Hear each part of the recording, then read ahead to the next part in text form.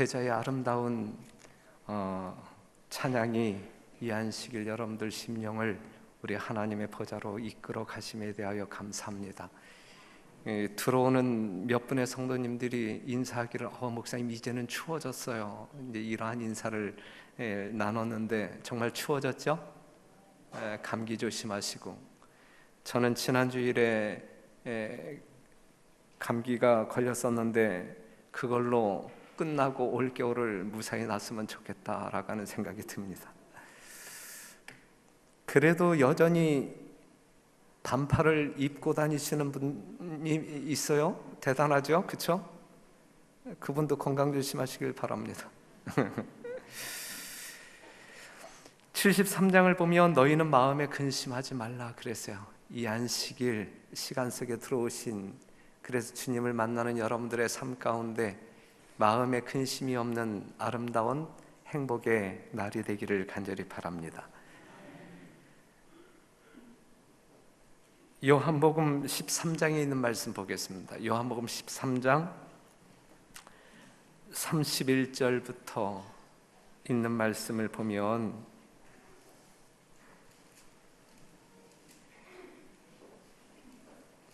요한복음 13장 31절과 32절을 같이 한번 읽겠습니다.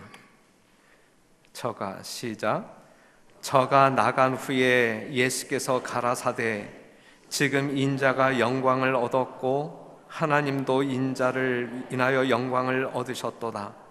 만일 하나님이 저로 인하여 영광을 얻으셨으면 하나님도 자기로 인하여 저에게 영광을 주시리니 곧 주시리라. 여기서 저가 나간 후에 그랬는데, 여기서 저는 누구냐면 유다를 이야기합니다. 유다가 나갔어요. 유다가 나갔는데 뭐 하기 위하여 급하게 나가냐면 예수님을 팔아넘기기 위하여 급하게 나갔어요. 저가 나간 후에 결코 예수님께 다시는 돌아오지 않았어요. 유다에게는 너무나 비극적인 순간입니다.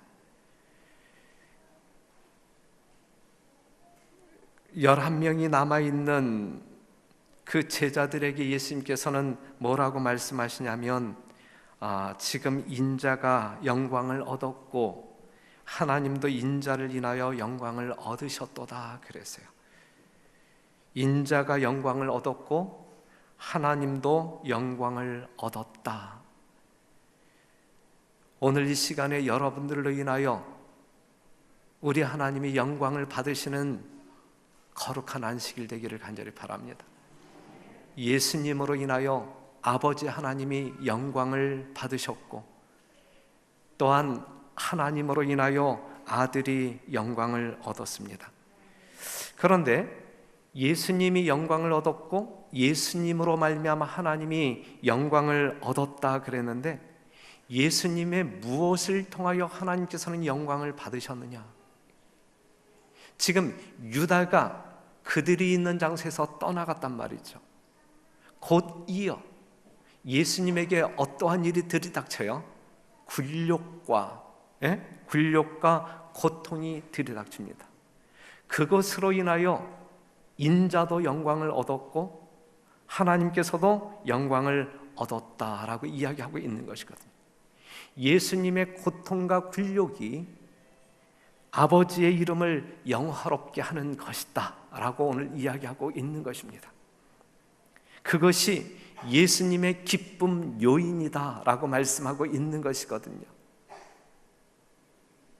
여러분들의 구원을 위하여 받으시는 예수님의 굴욕은 하나님께 영광이요, 예수님께 영광이요, 기쁨이 된다라고 하는 사실. 굴욕과 고통이 남을 위한 희생일 때에는 영광이 됩니다. 그래서 뭇 사람들의 칭송을 받습니다. 이것은 가문의 영광이죠.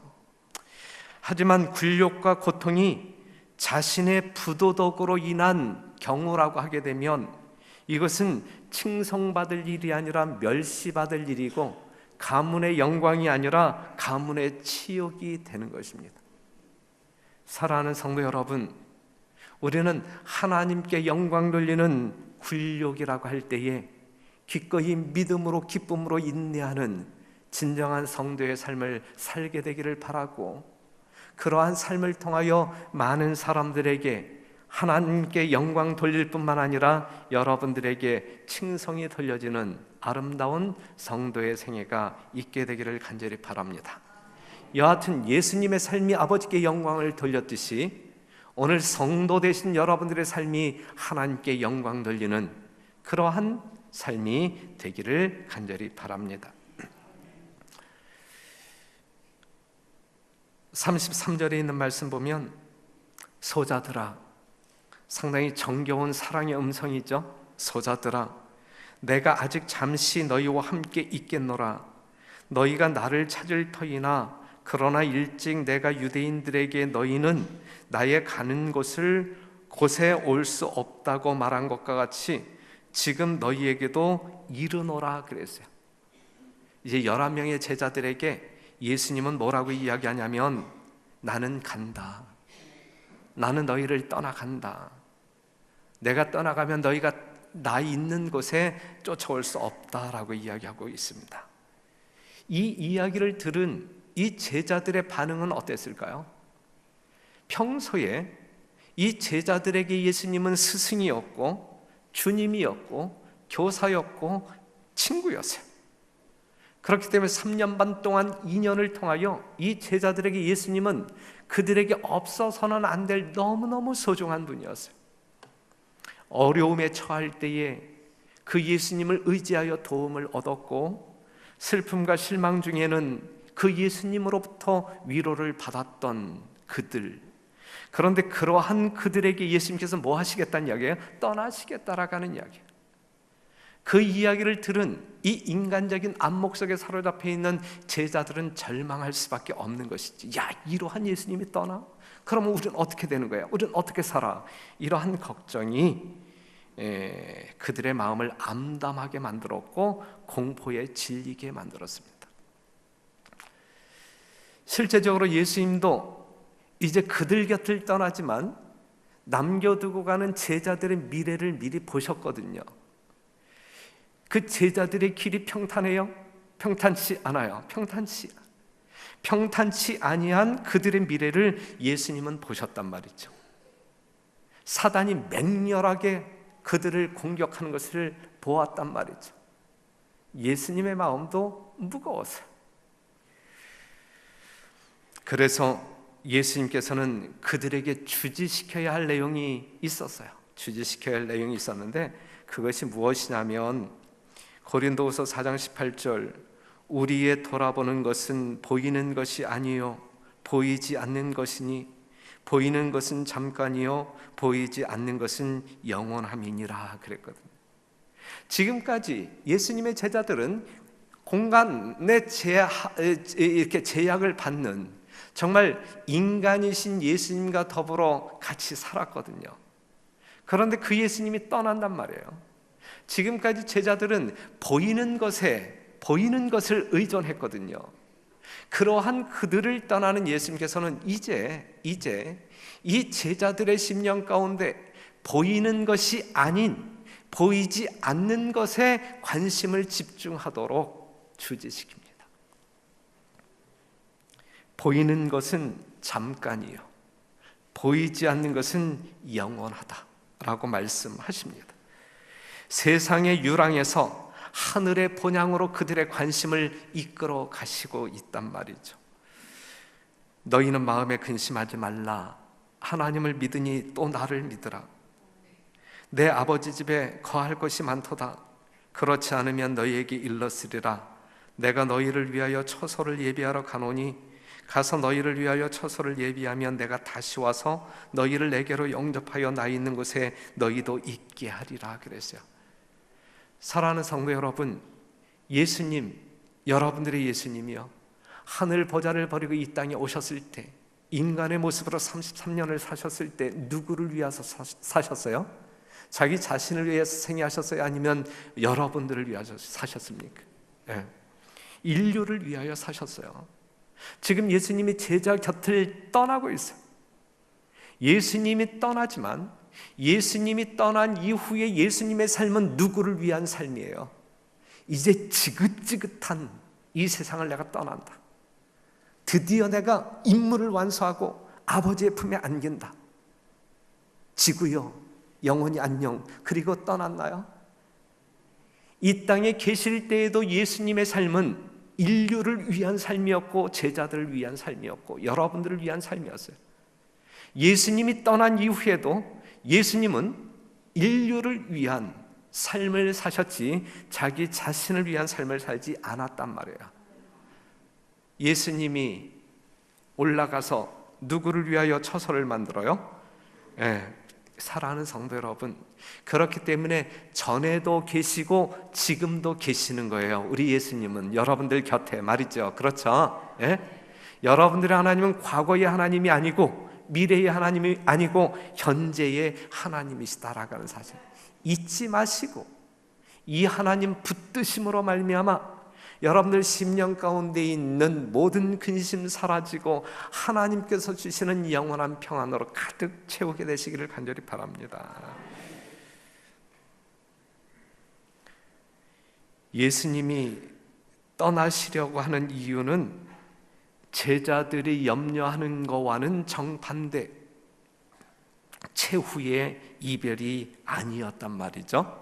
그들을 위한 처소를 예비하려 하기 위함이었고 다시 오셔서 그들을 영접하실 것이다.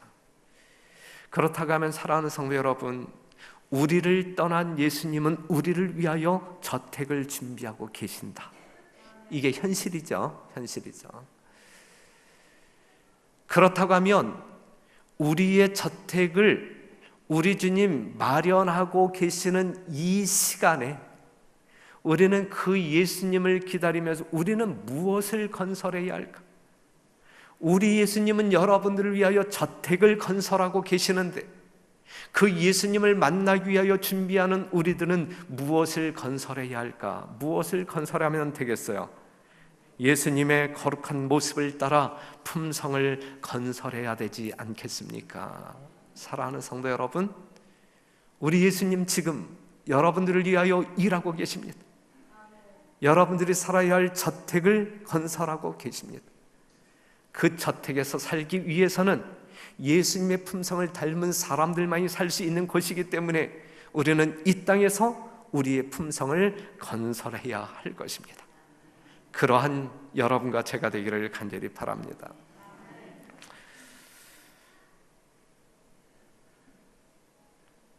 제자들이 예수님께 묻습니다. 도마가 예수님에게 이렇게 물어요. 도마가 가로되 주여 어디로 가시는지 우리가 알지 못하거늘 그 길을 어찌 알겠삼나이까? 예수께서 가라사대 내가 곧 길이요 진리요 생명이니 나로 말미암지 않고는 아버지께로 올 자가 없느니라. 너희가 나를 알았다면 내 아버지도 알았으리로다. 이제부터는 너희가 그를 알았고 또 보았느니라 그랬어요. 사랑하는 성도 여러분, 예수님에게 지금 이 제자는 뭘 물어요? 길을 물어요.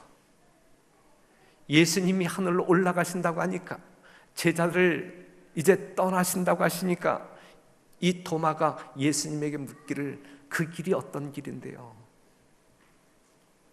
예수님께 길을 묻습니다. 우리가 서점에 가게 되면 길에게 길을 묻다라고 하는 그 수필집이 있어요. 그렇죠? 길에게 길을 묻다. 그들은 길을 찾을 수 있을까요? 없을까요? 그런데 실제적으로 길 대신 예수님은 나는 길이요라고 그랬잖아요. 만약에 그들이 길에게 길을 묻다, 그 앞에 나와 있는 그 길이 예수님이라고 하게 되면 정확한 길을 찾을 수 있었을 텐데 말이죠. 우리는 오늘 이 시간 길에게 길을 묻는 사람들이 되어야 될 거예요.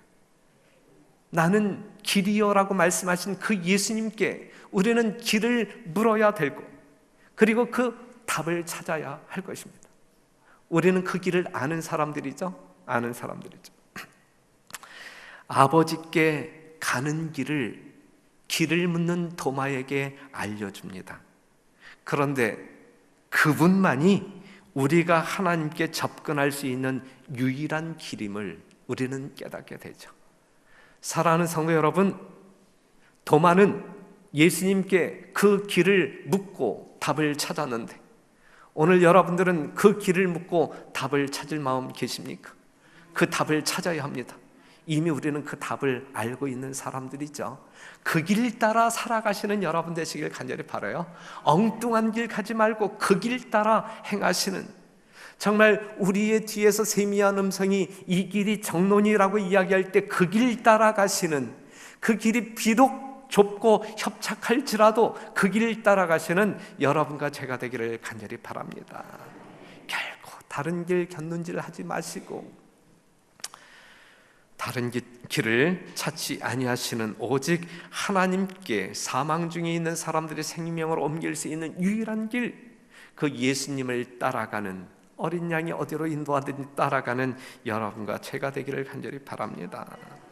빌립이 또 예수님에게 물어요. 빌립이 가로되 주여 아버지를 우리에게 보여주옵소서. 그리하면 족하겠나이다.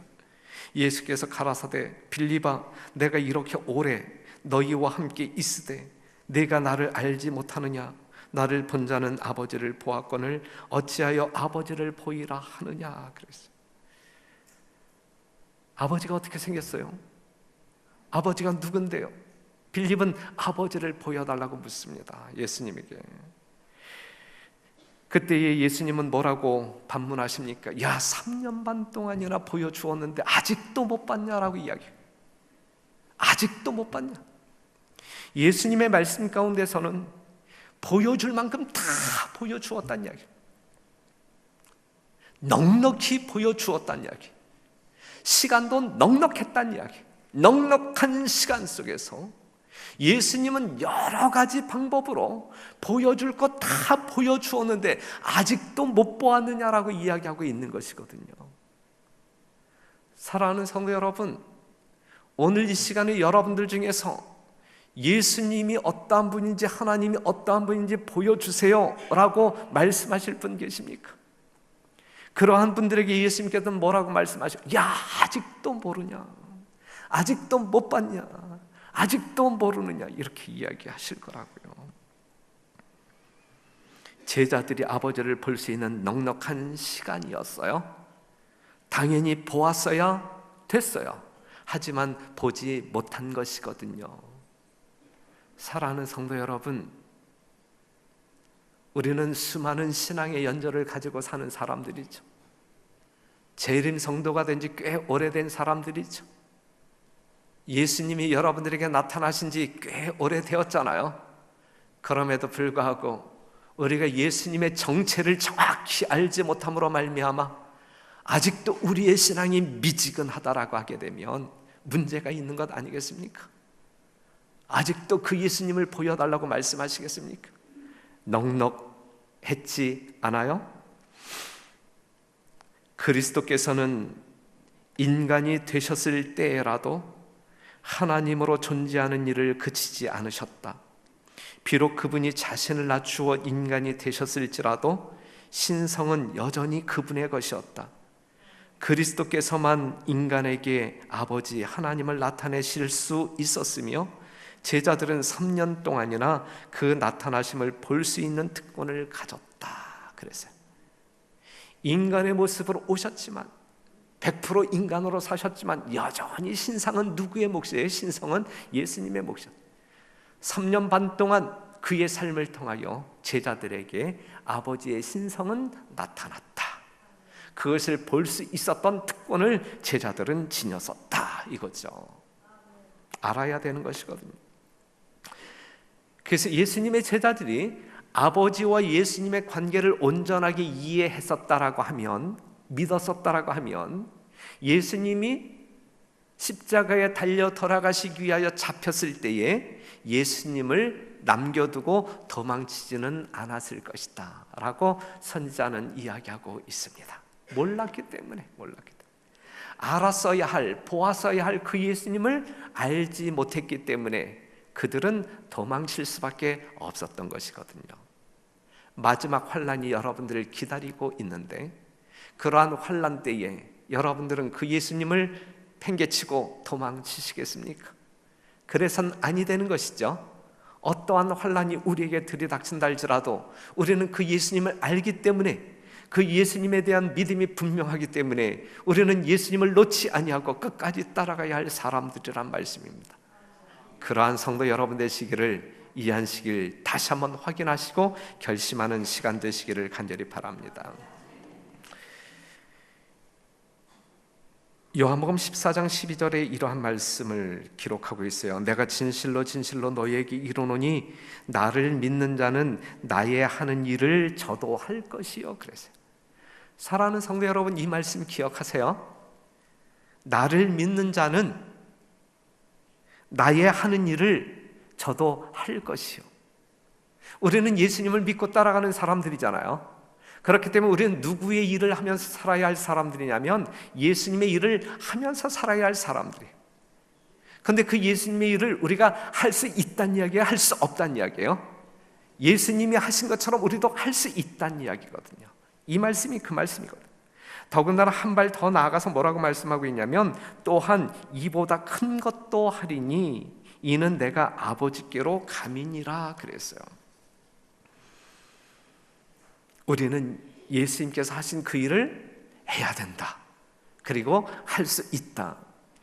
예수께서 저들 가운데 나타나시는 바 되게 하시려고 하나님께서는 예수님 안에 나타내신 바 되셨다. 그 다음에 있는 말씀을 같이 한번 읽어볼게요. 시작. 예수께서는 사람이 당신을 믿는 믿음을 통하여 가질 수 없는 어떤 특성을 나타내시거나 어떤 능력을 행사하지 않으셨다. 그의 완전한 인성은 그리스도께서 그러하셨던 것처럼 하나님께 복종한다면 그를 따르는 모든 사람들이 소유할 수 있는 그런 것이다 그랬어요. 예수님께서는 사람이 당신을 믿는 믿음을 통하여 가질 수 없는 어떤 특성을 나타내시거나 어떤 능력을 행사하지 않으셨다. 여러분들이 똑같이 할 수 있는 그 일을 예수님께서는 하셨다. 여러분들이 믿음을 통하여 행사할 수 있는 모든 능력을 그 안개 안에서 예수님이 행하신 것이지, 여러분들이 믿음을 통하여 행사할 수 있는 그 하나님의 능력이 아닌 그 능력을 예수님께서 행사하지 않았다 이야기예요. 이 이야기는 뭐냐면 예수님이 하셨던 그 일을 우리도 똑같이 할 수 있다는 이야기예요. 예수님이 하나님을 붙드는 믿음을 통하여 그 일을 하셨다고 하면 우리도 하나님을 붙드는 그 믿음을 통하여 예수님이 하신 그 일을 할 수 있다는 이야기거든요. 맞습니까? 분명히 그렇죠. 그렇기 때문에 성도 여러분, 예수님의 이름을 믿고 사는 별내교회 성도 여러분, 예수님이 하신 그 일을 믿음을 통하여 우리도 하며 사는 진실한 주의 백성들이 되기를 간절히 바랍니다. 또한 이보다 큰 것도 하리니 그랬어요. 예수님이 하신 것보다 큰 것도 하리니 그랬는데, 여기에서 예수님보다 더 큰 것도 하리니 그랬는데, 여기서 큰 것은 무엇을 의미하는 것이냐면 시대의 소망 664페이지에 그리스도께서는 이 말씀으로 제자들의 사업이 당신이 하신 사업보다 더 고귀한 성질의 것이라는 것을 의미하는 것이 아니라 범위가 더욱 커지리라는 것을 의미하는 것이었다. 그걸 의미하는 거예요. 성질을 이야기하는 것이 아니라 범위를 이야기하고 있는 거예요. 예수님이 살아계셨을 땐 이스라엘 안에, 유대 땅 안에, 갈릴리 주변 거기에서 활동하셨지만 예수님이 하늘로 올라가시고 난 다음에 이른비 성령을 경험한 예수님의 제자들은 전 세계를 활보하면서 그 큰 일을 하셨단 말이죠. 맞습니까? 예. 그것을 말씀하고 있는, 그것을. 그분은 이적을 행하는 일에 대하여 언급하신 것뿐만 아니라 성령의 역사 아래 일어날 모든 일을 말씀하셨다 그랬어요. 그래서 예수님이 하늘로 올라가신 이후에 예수님의 제자들은 무엇을 경험했냐면 예수님이 제자들에게 하신 말씀 그대로 그들 눈앞에서 성취되는 것을 경험을 했어요. 그들이 성경을 연구하면 연구할수록 경험하지 못했던 믿음을 경험했고 능력을 경험했고, 그래서 뒤늦게 깨달은 예수님의 진실한 사랑을 다른 사람들에게 이야기할 때에 많은 군중들이 예수님을 믿었다. 이 놀라운 경험을 예수님의 제자들이 하게 될 때 그들은 얼마나 신나는 신앙생활을 했을까, 그렇죠? 예수님께서 그들에게 하신 말씀 그대로, 문자 그대로 그들 영적인 삶에 경험되어졌다, 이것이죠. 하나님의 거룩한 말씀 그대로 여러분들의 영적인 삶, 성도의 삶에 경험되어진다라고 하면 우리의 삶은 얼마나 흥미진진하고 정말 재밌을까? 그러한 경험이 있게 되기를 간절히 바랍니다.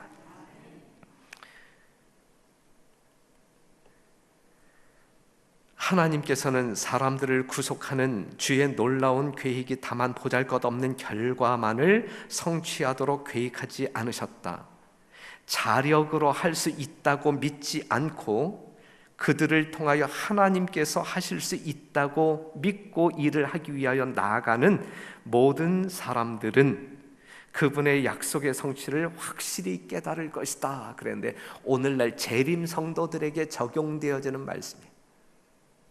시대의 소망이 있는 말씀을 보게 되면 오늘날 재림 성도들에게 적용되어지는 말씀이라 그랬어요.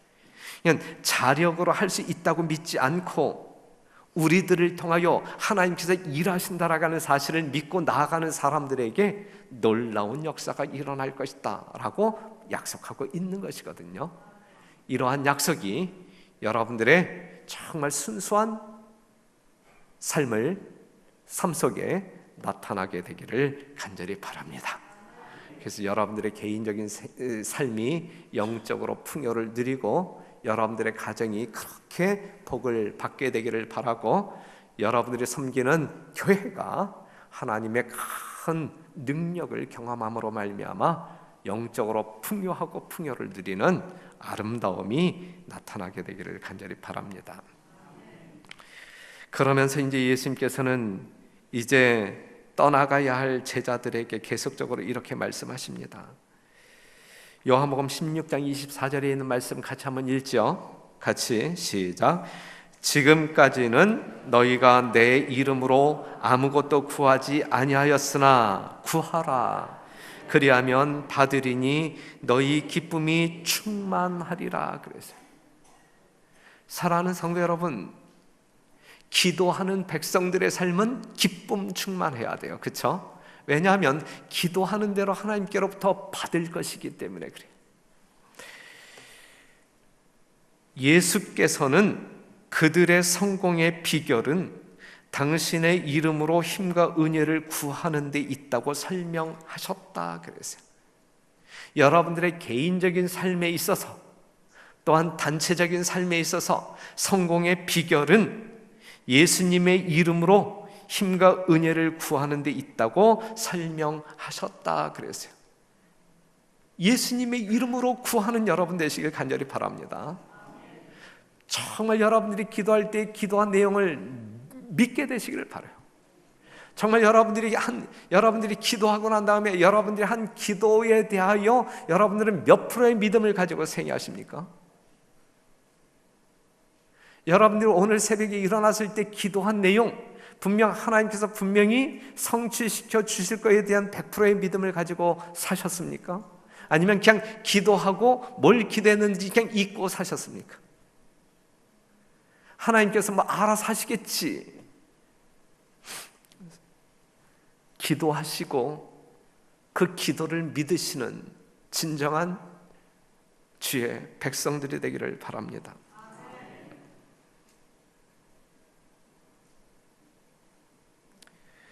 그분은 그들을 위하여 간청하시려고 아버지 앞에 나아가실 것이다.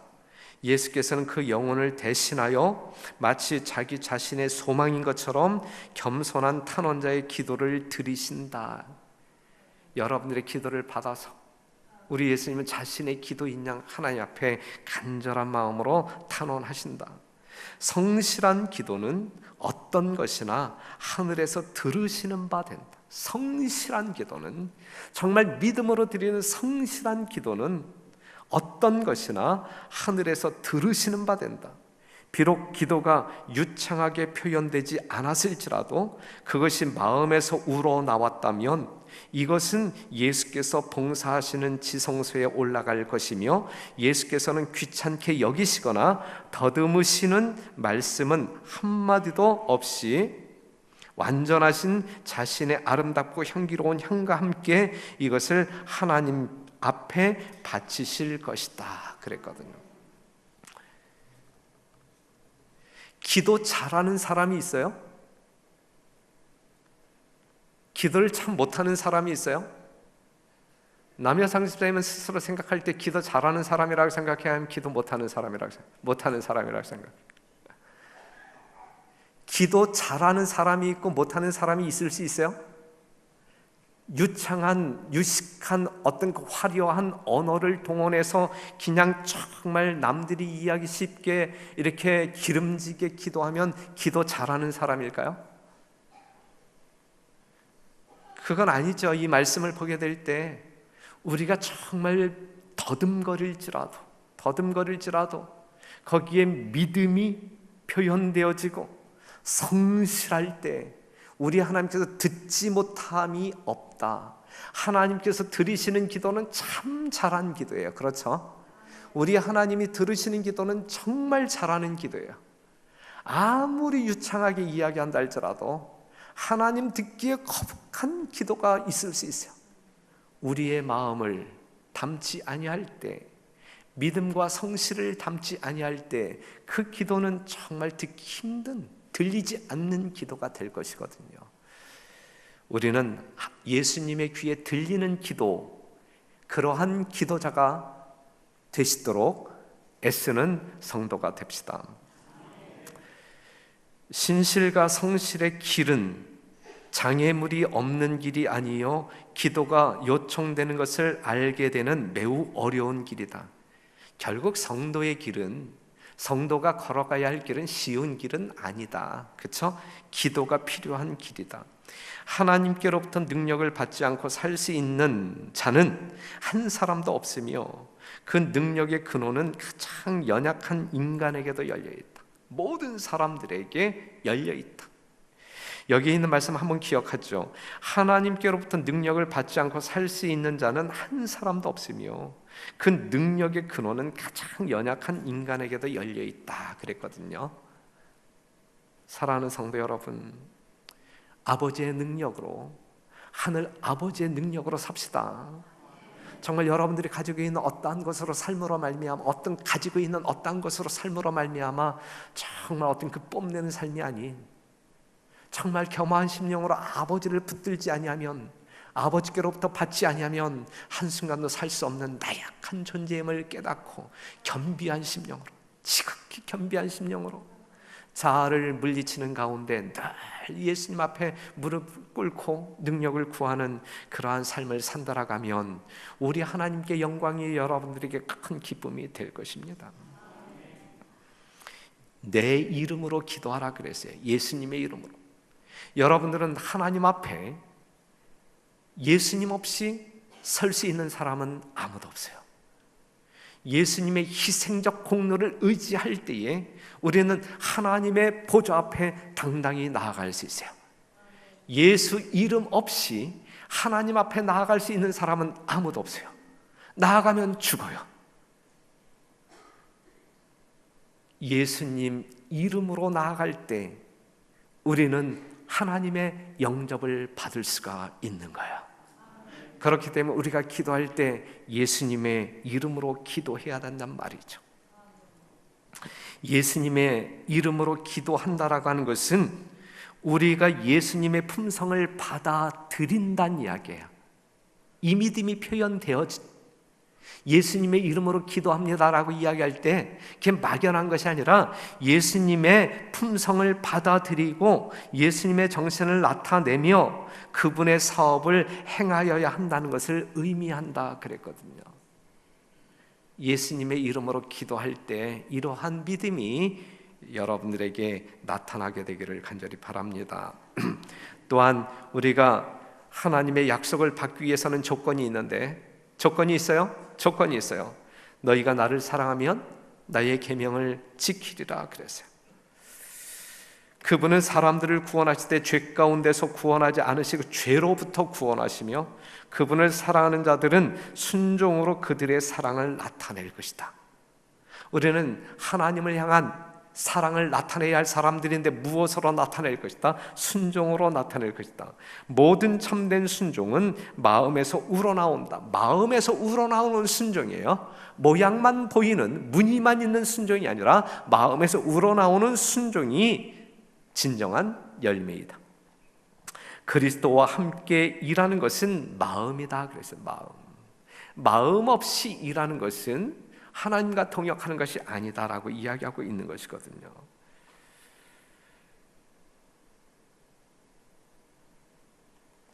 하나님을 아는 것을 특권으로 생각하고 우리가 하나님을 알 때에 우리의 생애는 계속적인 순종의 생애가 될 것이다.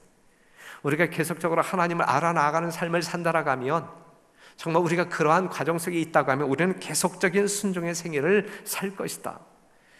그리스도의 품성을 존중하고 하나님과 교제함으로 우리들은 죄를 미워하게 될 것이다. 그래서요, 사랑하는 성도 여러분, 무엇이든지 구하는 바를 그에게 받나니 이는 우리가 그의 계명들을 지키고 그 앞에서 기뻐하시는 것을 행함이니라. 모쪼록 성도 여러분, 오늘도 여러분들과 함께 하시는 우리 예수님 때문에 진정으로 기뻐하고 진정한 안식을 경험하시는 주님의 귀한 종들이 되기를 간절히 바랍니다. 그리고 우리가 하나님께서 주시는 능력으로 말미암아 살며 기도하는 진짜 생명 있는 성도들 되기를 간절히 바랍니다. 예수님의 이름이 있기 때문에 하나님 앞에 당당히 나아가서 하나님의 능력을 구하는 성도들이 되시기를 간절히 바랍니다. 그리하여 우리의 심령 가운데 있는 근심과 두려움을 내어 쫓고 하늘의 평안만이 가득 채워지는, 그리하여 오늘도 기쁘고 내일도 기뻐 정말 주 앞에 뛰어노는 진정한 주의 종들이 되기를 간절히 바라면서 말씀을 마치겠습니다.